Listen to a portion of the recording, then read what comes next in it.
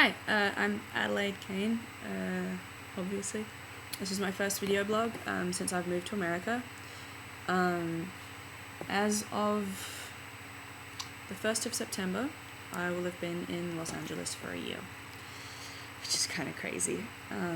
I'm starting this blog more as a way of keeping track of what I'm doing, like a record keeping kind of thing for myself. I'm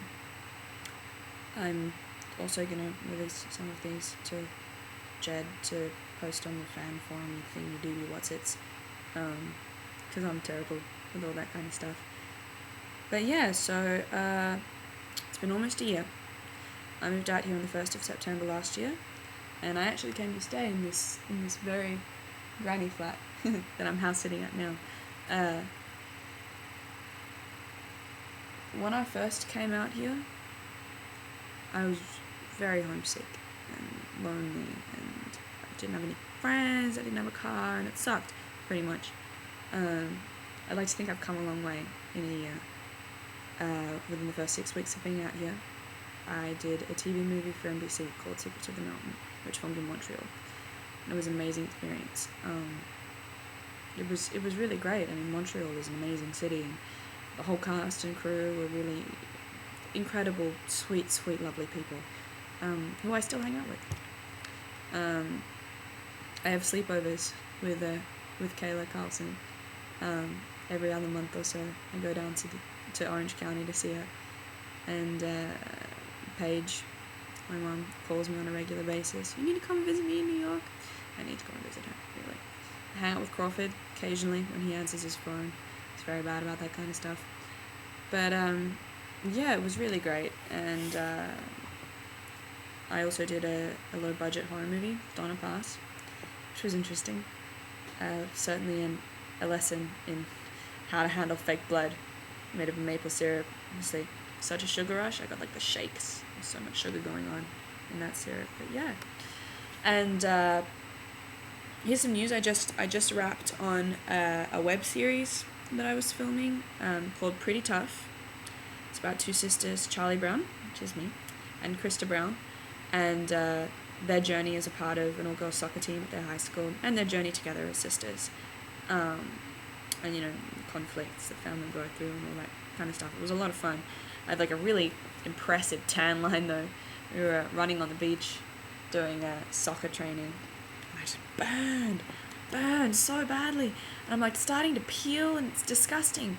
I haven't peeled since ever. I don't. I just tan, and it's really gross. But yeah, so we just wrapped on that this past week. It's been crazy the last 3 weeks, and I turned 20 while I was working. I'm all grown up. I'm not a teenager anymore, which is kind of sad. But yeah, it's good. I had a really excellent birthday. Everybody at work brought like cake and sang happy birthday. It's like I had a birthday that lasted the whole week.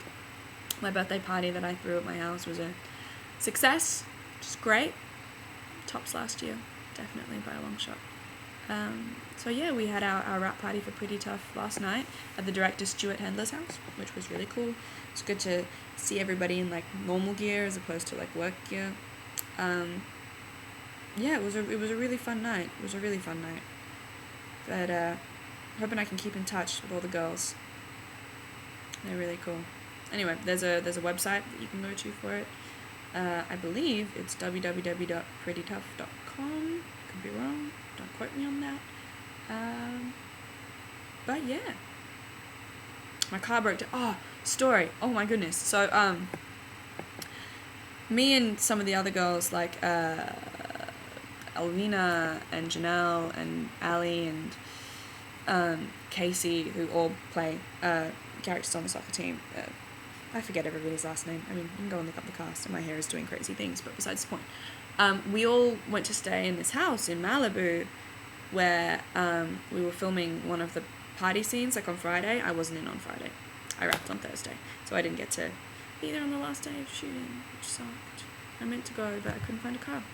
Because me and Ali left set early to try and get to the house early, because we were like, oh, we're so hungry, we want to get to the house, dump the cars, and carpool to Ralph's so we can buy some like oven pizza and like soda and stuff. So We rushed off, and I was following Google Maps, and we got onto this road. It was kind of narrow and windy, and we were like, And Ali called me. She was like, you realize we're going to die. We're on, like, the serial killer road. Like, seriously. Any second it's going to turn into, like, the hills have eyes. I was like, whatever. It'll be fine. And then the paved road turned into a dirt hiking trail. Like a hiking track. And we were like, okay, maybe we're going in the wrong direction. Let's back up. So we both got out of the car, and I was like, Ali, let's reverse out. Let's get back to the road. This is clearly the wrong way. We're on, like, a dirt track. I don't know where we are. In the hills of Malibu. In the middle of the night. Like at 10. And she was like, okay. So she got in her car, and she started backing up. And I started backing up, and then I noticed she'd stopped. And I was like, what's up? What's wrong? And she's like, I'm stuck! Her wheel had fallen into, like, this massive ditch. And by massive, I mean, like, this screen is not wide enough to even comprehend kind of thing. It's like, you know, this wide and, like, this deep of a ditch, like, foot by foot. It's a massive ditch. I was like, how could you not see that? But she got stuck in the ditch, and I couldn't reverse out past her because she was blocking the way. It's like a one-car road. So the poor guy whose house it was that we were going to stay at comes with his big Ford Explorer four-wheel drive thing and comes all the way around and tows her out, which was a really sweet thing for him to do.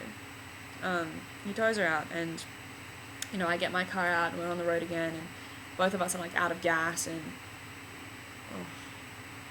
it was incredible. We went to Ralph's. Doesn't even end there. We went to Ralph's and got, you know, our oven pizza and our soda and our ice cream and whatever. And we were driving home, and I had most of the girls in my car because, you know, they'd already gotten to the house and, like, left their cars there. And they'd come with John, our savior, to like, keep us company while he was driving all the way around. And they were with us with the cars in the middle of the night in the dark on a hill in Malibu. And they were in my car with me as we were driving to Ralph's, carpooling, as you do. Conserve the environment, anyway. So, yeah, I just noticed, you know, my car was smoking a little. And the overheating light came on, and I was like, crap, I'm going to burn out my alternator. So I pulled over, and Ali, in her now little scratched car, came and got us, and we abandoned my car, my 1995 BMW, on the side of the road in Malibu, and just continued on to this house. And we had dinner, and, you know, had our ice cream, and had a chat, and all just went to bed and, like, passed out. You know, our little somber party. And in the morning, I just drove to work with Janelle, and just left my car there. And on Thursday, I had to catch a cab out to my car to pick it up. The most expensive cab ride of my life, from Burbank to Malibu. It's like $100. It sucks. Seriously. Anyway, I got dropped off at my car. I was like, okay, cool.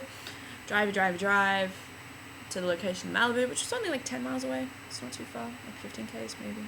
I could be wrong. Don't quote me on that. I say that a lot. Don't quote me on that. Anyway. So, yeah, I was driving to work, and I was like, what's that smell? And I looked in my rearview mirror, and my car was trailing white smoke. And my steering started locking, and I was like, oh no, I'm not at set yet, I'm going to be late for work.